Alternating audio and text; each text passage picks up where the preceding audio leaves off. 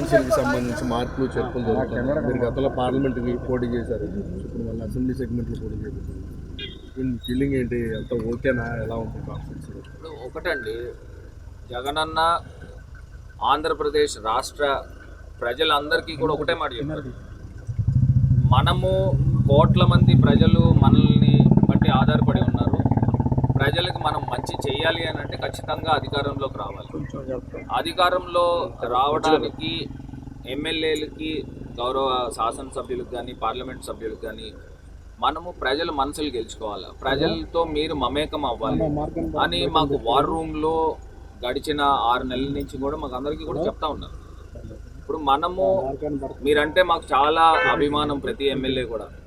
ఏది ఏమైనప్పటికీ కూడా అధికారంలో ఉంటేనే ఇన్ని సంక్షేమ కార్యక్రమాలు ఇస్తున్నాము. ఈ 4.5 సంవత్సరాలు కూడా మీరు చూశారు.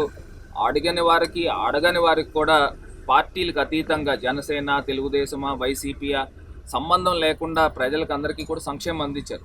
ఇదే రీతిలో రానున్న 5 సంవత్సరాలు కూడా ఇవ్వాల్సిన అవసరం ఉంది. ప్రజల యొక్క బాగోగులు చూసుకోవాల్సిన బాధ్యత మా పైన ఉంది. కాబట్టి సో స్థానిక శాసనసభ్యులకి ఎవరికైతే ఒకవేళ నిజంగా ప్రజల్లో అంత గ్రాఫ్ లేకపోతే, ఇది కాకపోతే ఎమ్మెల్సీ ఇస్తారు, లేని పక్షంలో కార్పొరేషన్ చైర్మన్లు ఇస్తారని క్లియర్గా చెప్పడం కూడా జరిగింది.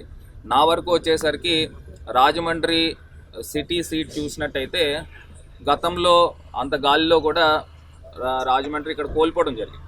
సో ఖచ్చితంగా నేను ఛాలెంజ్గా తీసుకుని నేనే జగన్ అన్న అడిగినాను, అన్న మీరు నాకు రాజమండ్రి సిటీ కానీ ఏదైనా మీరు పెట్టించండి, ఖచ్చితంగా ఛాలెంజ్ యాక్సెప్ట్ చేసి నేను రాజమండ్రి సీట్ గెలిచి మీకు అప్పచెప్తామని కూడా మేము చెప్పడం జరిగింది. సో రాజమండ్రి సిటీని కనుక మీరు చూసినట్టయితే మునుపు రాజమండ్రి ఏ రకంగా ఉంది, ఇప్పుడు రాజమండ్రిని ఎట్లా ఈ 4.5 సంవత్సరాల్లో తయారు చేశాం. Rajahmundry is one of the best model cities in Andhra Pradesh అని కూడా నేను చెప్పను, ఇండియాలోనే ఆ రకంగా తయారు చేసి చూపిస్తాము. ఇటు ఫ్లైఓవర్స్ అయితే కానివ్వండి, లేకపోతే గౌరవ ముఖ్యమంత్రి గారు మెడికల్ కాలేజ్ ఇచ్చారు, ఎయిర్పోర్ట్కి 350 కోట్లు తీసుకొచ్చాము, రాజమండ్రి రైల్వే స్టేషన్ 300 కోట్లు తెచ్చాము, మోరంపూడి ఫ్లైఓవర్ తీసుకుని వచ్చాము, ఈఎస్ఐ హాస్పిటల్ తీసుకొచ్చాము, ఒక బృందావన్ టైప్లో ఒక కంబాల్ చెరువు లాంటి పార్కులను కూడా తయారు చేసాము. ఇట్లాగా ఒక మోడల్ సిటీ కింద తయారు చేసాం.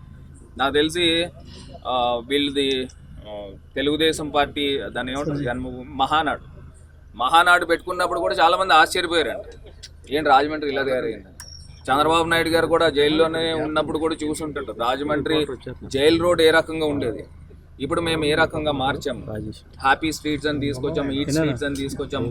ఇలా రకరకాలుగా మార్పులు తీసుకుని వచ్చి రాజమండ్రి ప్రజల్లో మనసులు గెలుచుకున్నాం. కాబట్టి ముఖ్యమంత్రి గారు కూడా ఎమ్మెల్యే కిందన వెళ్ళమని అవకాశం ఇస్తున్నారని అనుకుంటున్నాను. అంటే మిగతా అభ్యర్థులు కానీ మీరే పోటీ చేస్తారు, మిగతా అభ్యర్థుల విషయంలో కూడా వీటిని ప్రామాణికంగా తీసుకొని మార్పులు చేస్తారు. అదే నేను అంటున్నానండి, ఇప్పుడు కోట్ల మంది ప్రజలు మనల్ని నమ్ముకుని ఉన్నారు, వాళ్ళకి అన్యాయం జరగకూడదు.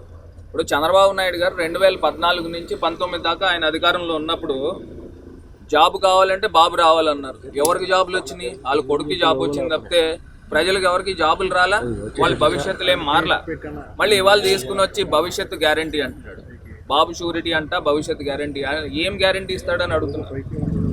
అసలు ఇచ్చే సమస్య లేదు. ఎందుకంటే ప్రశాంత్ కిషోర్ అనే వ్యక్తి మాకు సెఫాలజిస్ట్ కిందన పనిచేసిన వ్యక్తి, ఆయన్ని తిట్టకుండా తిట్టిన వ్యక్తి చంద్రబాబు నాయుడు కాదని అడుగుతా ఉన్నాడు. బీహారీ డెకాయిట్ అన్నాడు, బందిపోటు అన్నాడు, నోటికి వచ్చిన మాటలు మాట్లాడు.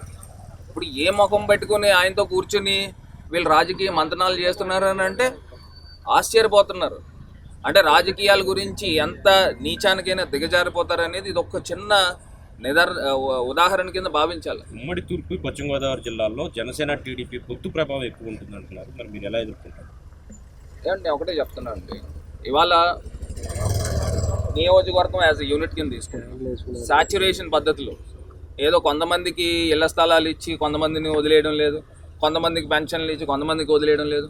అడిగినా అడగకపోయినా కూడా మేము సాచ్యురేషన్ పద్ధతిలో ప్రజల యొక్క సంక్షేమం చూస్తున్నాం.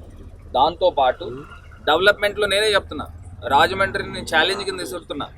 రాజమండ్రి సిటీలో జరిగిన డెవలప్మెంట్ సార్, ప్రజల్ని మీ చుట్టాలుంటే మీరే ఒకసారి కనుక్కోండి, లేకపోతే మీరు ఎవరైనా వచ్చిన వాళ్ళని కూడా చూడండి. ఈ రకంగా సమూలంగా అభివృద్ధిలో పోటీ పడతా ఉన్నాం. సో ఖచ్చితంగా రానున్న రోజుల్లో ఇదే తరహా అభివృద్ధి కానీ లేకపోతే సంక్షేమం కానీ రానున్న రోజుల్లో ప్రజలందరికీ కూడా పెద్ద కొడుకే చూసుకునే వ్యక్తి జగనన్న. సో ఖచ్చితంగా మాకు పూర్తి నమ్మకం ఉంది. మళ్ళీ ఫ్లయింగ్ కలర్స్తో అధికారంలోకి వచ్చి ప్రజలకు మరింత చేరువై ఇంకా ప్రజల యొక్క మనసులను గెలుచుకుని ముందుకు వెళ్తాం. పార్లమెంట్ అభ్యర్థి అవుతారు. సో ఖచ్చితంగా 75 సంవత్సరాల్లో మొట్టమొదటిసారిగా బీసీ అభ్యర్థికి అవకాశం ఇచ్చారు, నాకు అవకాశం ఇచ్చారు. సో అది ఎప్పుడు కూడా తెలుగుదేశం పార్టీ ఏంటంటే ఒక పేటెంట్ కిందన వాళ్ళ సామాజిక వర్గానికి ఇచ్చుకునేవారు. ఇవాళ జగనన్న ఒక అడుగు ముందరికి వేసి బీసీలకు అందించడం జరిగింది. సో ఖచ్చితంగా బీసీ అభ్యర్థికే ఇస్తారు, నాకు తెలిసి బీసీ అభ్యర్థికే ఇస్తారు. సో రానున్న రోజుల్లో ప్రతి పార్లమెంట్లో కానీ ప్రతి నియోజకవర్గాలు కానీ ఇది కూడా ఓపెన్ ఛాలెంజ్ చేస్తున్నాం. జగనన్న ఏం చెప్తా ఉన్నారు, నా బీసీ, నా ఎస్సీ, నా ఎస్టీ, నా మైనారిటీ అని. సో వీళ్ళని మాకన్నా ఎక్కువ సీట్లు బీసీలని ఇమ్మని చూపించమనండి, ఎవరు తీసుకుంటారు? కేవలం ఏంటంటే తెలుగుదేశం పార్టీ బీసీలని ఓట్ బ్యాంక్ రాజకీయాలకు వాడుకున్నారు తప్ప ఇంకోటి ఏమీ కాదు. ఇవాళ బీసీలకి సీట్లు ఇవ్వాలన్నా, బీసీలకు సంక్షేమం చేయాలన్నా, బీసీ కులాల్లో అభివృద్ధి తీసుకురావాలన్నా జగనన్న ట్రేడ్ మార్క్ కనబడుతుంది. Okay sir, thank you sir.